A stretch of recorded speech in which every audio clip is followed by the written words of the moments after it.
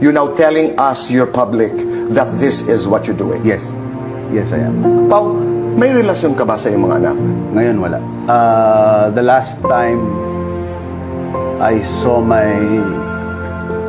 Sonia and Celine, mga 6-7 years ago, when we went to Cebu, and then naputol na naman. Kay Summer, magto 2 years ko na siyang hindi nakakausap. I reach out though. I try to reach out, but as I always say,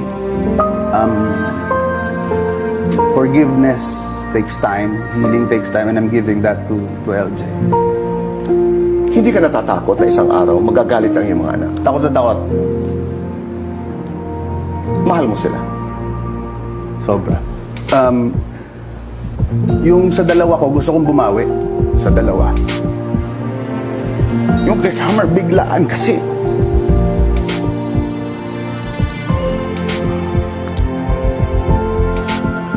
It doesn't make me love Summer more.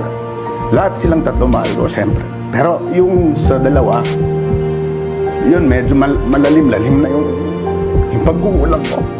So hindi ko sila masisisi. And, I would like to take